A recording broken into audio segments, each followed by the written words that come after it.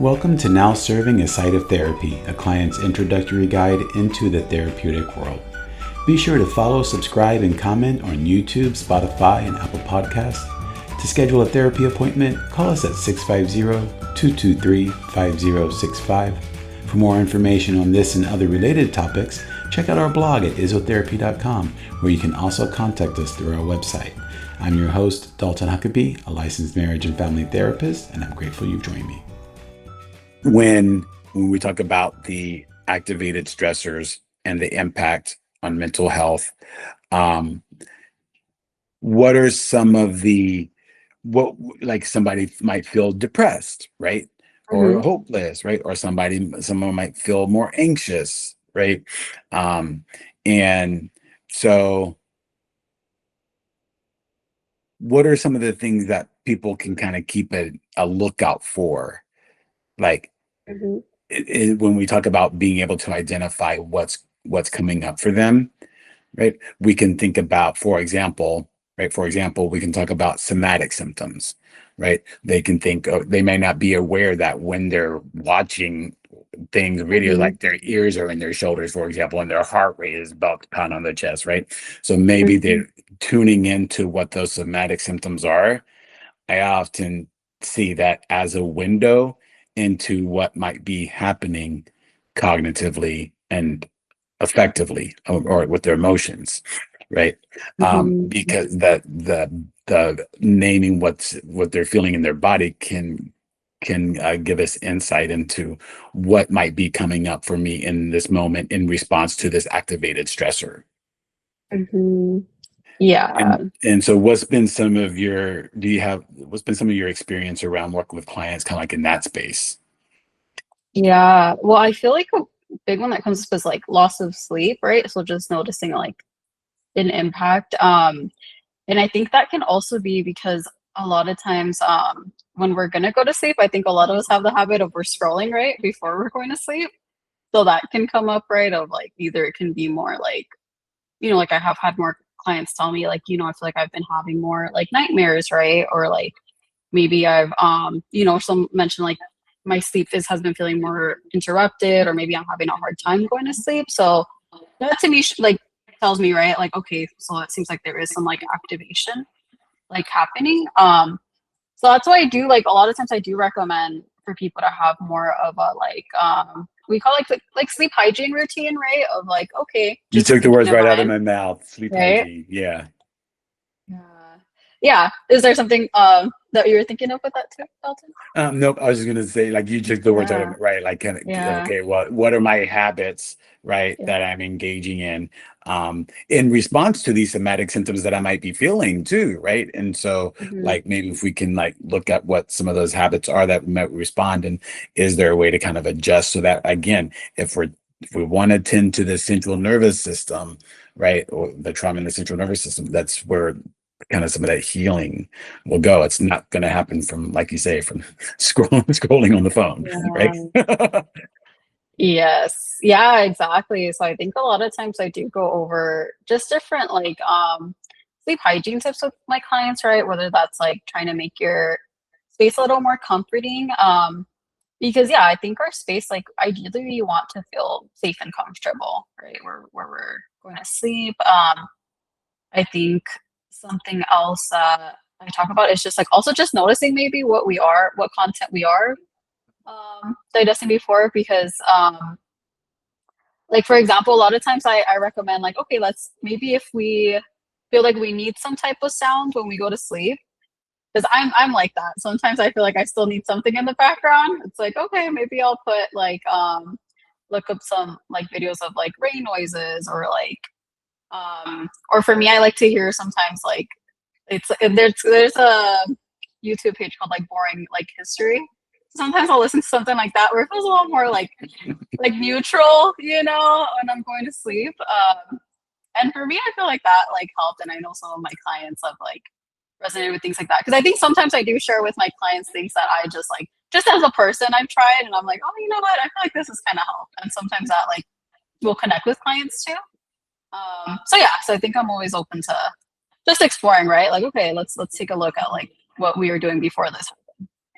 Yeah, it really is about like playing with different ideas and see what helps and what doesn't help. Just sometimes just tending to the basics, right? Again, someone might have had a loved one taken from them, right? Or things like Mhm. this, right? Or they might have been, the kid might have been bullied at school, right? How can we, again, feeling so powerless and a lot of Yeah. strong emotions coming up around that, right? And so um, sometimes even just kind of like tending to our own basics for needs of feeling secure, right? How is my nutrition, right? How is my, you know, things that sleep, right? Or things like this. What are some things that can provide me some sense of comfort during this super challenging time? And I'm not going to sit here or stand. I'm standing, but I'm not going to stand Yeah. here and say, like, I know what it's like for them to be going through that because I don't. You know what I Mhm. mean? Um, and yet, from this kind of therapeutic lens, there are some things that maybe we can offer that, again, maybe they hadn't like thought about. Oh, yeah, maybe I should make sure that I'm eating more than, maybe I should Mhm. just make sure I'm eating, Yeah. period, right? Or something like that. Yeah. So just tending to the, sometimes just tending to the basics can Mhm. can be of some benefit. Yes, exactly. Yeah, and I totally resonate with that too. It's just like I think that sounds even more like referencing back to that like circle of control, right? Of like taking care of ourselves at least and like our needs. And yeah, and I think it is difficult. It is definitely a challenging time right now. I think even as a provider, right? I think it's hard when it feels sometimes like maybe I don't have the answers on what can make all this right, in this moment. So I think that is where, like you were sharing, right? I at least like talk with clients about like, well, what can we do to make sure we're okay, maybe just in the next 5 minutes, right? Or like just give ourselves like a little like mental break, just for our body, hopefully to like feel a little bit more like calm, relaxed, or like regulated for a moment. Hmm. Yeah, and because if we don't kind of tend to ourselves in that space, right, then say for example, if what if one of the things we want to do is engage in like local community, right, or Mhm. events, or you know um in order to, if we want to add, the part of that fight, right, from the that we talked about Mhm. earlier, right, if we want to engage in this kind of fight aspect, we're going to need to feel rested at some extent, right? We're going to need to be sure that we're, you know we have nutrients in our body in order to do the thing, right, that we want to do. So um just kind of, I just kind of wanted to emphasize that, right, that the idea of where I kind of tending to these basics is to then help us do the things that we want to do. Mhm. Yeah, exactly. Yeah, and I think that's also something good too, right, to consider is like, well, maybe whether it's like, okay, I'm gonna work on like taking care of like my needs right now, and then maybe there's also other things that I see like that maybe I want to be a part of, right? Like you said, whether that's like volunteering, local action. Yeah, and I mean, I have clients who are like in like elementary or middle school that have still like gone to maybe some like protests or things like that, and like and they've even shared with me like how that's like made them feel good, right, to be like a part of that. So yeah, so I think just thinking about how this is something too, like just maybe like all ages, right, might be like having like some stress with this like current environment and might be processing it like differently too. Yeah, so we kind of think about like moving from this place of isolation to community involvement, right? That could be, an avenue that people can take to help them feel safe, for example, right? This is just coming up with examples. And again, I'm sure that we might be missing a whole bunch of other factors that might come into influence this super important conversation that we're having, right? We might just be scratching the surface. Oftentimes we are in a lot of these kind of Yeah. discussions that we have on the podcast, right? We're just kind of very Yeah. scratching the surfaces. And so, but what we try to do is offer a window of insight and support with whatever people are going through. Yes. Yeah, exactly. Yeah, and I think that's like important. So I think just even to have the conversations, right? I think is like sometimes just a step in of itself, right? That we're like opening Yeah, up. sometimes it's having conversations, right? Like you said, if we're tending to the, Hmm. if we tend to engage in isolation tendencies, right? Again, Hmm. maybe actually talking to someone where we can imagine, right, how that sense of mistrust might even come up for people, right? Around Yes. like who can I trust, right? So helping them identify who are some people that you can trust, that you can talk about these things with, even if it's hard to put into words, right, of what they might be experiencing, still having a place to go to be able to talk about it. Or sometimes if they want to journal things down, right? Again, what's Hmm. happening is that, again, because if these things are living inside of us, we want to think of ways to externalize what might be going on, right? Talking about it and processing with a friend or a family member or a therapist, right? For example, or journaling, right? Or even sometimes when we talk about getting grounded and in our bodies, right?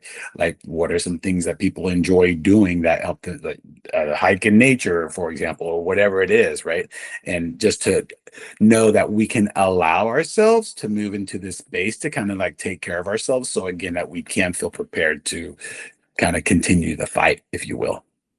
Yes. Yeah, exactly. I mean, I think definitely yeah, I think therapy in of itself can be a form of I know we talk about avoidance is very common, right? And that can be PTSD related or like a lot of other like different like for example, like with anxiety, right? That can also come up as well. So yeah, so I think just talking about things like you said can be a form of like exposure, right? Or kind of like breaking the pattern for ourselves. So yeah, I think it's like it's always good. I mean, I know like myself even as a therapist, like I've had my own like therapy experiences, as well. And I think it helps sometimes just to like connect. And sometimes it also encourages you maybe to connect to different forms of support in your personal life, right? As well. Hmm. Would it be okay to ask, like, what are Hmm. some of the things that you found beneficial? Because again, when we talk about clients, like, we are clients too, right? I Yeah. say that all the time. Hmm. And so, what are some things that you have found that might kind of worked for you going through your own process as it relates to kind of what we're talking about today? Yeah. Well, I think in general, something that like I worked even like in my own personal therapy is like they talk about living by your values, and I think that like resonates and I think is like maybe even relevant to like, the conversations we've been having today is like just identifying, okay, what do I feel like is important to me and what are ways that I can meet that, kind of like show up for myself in those ways, like in my day-to-day life. And like, I mean, of course, for me, I chose this career because it's my passion, and I love working with clients. And I think, in some aspect, even being there and like talking with them during this current like political climate, just myself, I think also as a Latina, and I know a lot of our like community has been, getting some hate during this time. I think in some aspects like that, like I feel like I am living to that value, right? Of like just trying to connect with my community, like trying to like lower the mental health stigma. And a lot of my clients are Spanish speakers, which is like amazing, right? Just to even be able to like have that space with them too. And then in terms of just like personal values, just like self care, I think I talk with my clients about it, but it's something like I'm also actively trying to incorporate in my own life, right? So for me, it's been like the gym, right? Like that's I know it sounds cheesy, and I know I always tell my clients like, oh, like just moving your body, but it really does help. So I think things like that are also like, have helped me and something I actively worked on in my personal journey and something that I think relates to a lot of my clients now too. Yeah, and why does the exercise help? Right, because it releases endorphins, right? Hmm. And so, Yes. yeah, and so kind of these, feeling feel good, right? Feel good endorphins, things that might even like help us be able to sleep better too, right? So it's the Mhm. endorphins that are released in order to impact our mood and sleep patterns, to help us regulate our mood and sleep patterns, right? Yes. Yeah. Yeah, exactly. Yeah, I mean, I think even something that I like show my clients sometimes is just like, and and people can also look this up, but if you actually look up, they have infographics of what the emotions look like in the body. A lot of our emotions kind of live in this like chest area, so it's like, I like, with deep breathing, like I think that like helps, but I think when you're working out, you're kind of having to breathe, right? So you're kind of naturally Yeah, yeah. you're like, Not oh, gonna last long. yeah, yeah. So I think things like that kind of help, where it's kind of like, okay, like I really am releasing something as I'm like working out. Yeah, you have to get in your body, right? Yeah, exactly. And a Hmm. lot of it is that, yeah, where can I put this energy, right? Hmm. And whether that be gardening or working out or hiking or whatever it is, right? Um, and and to your point, again, I can't help but keep on circling back to that somatic symptoms piece, right? Like we say, Hmm. if a lot of things are feeling in the chest, again, that can be a window to, oh, when I feel my chest, this feeling, whatever the sensation is in my chest, then I can equate that to, oh, this, I may be feeling unsafe, for example, right? And Yes. so being able to tune into that, and sometimes, like you said, if it's if it's the manufactured emotion, right, then it's like, Hmm. okay, I'm actually safe right now. Yes. But it's about Exactly. that identifying it and tending to it. That's Yes. part of the healing process.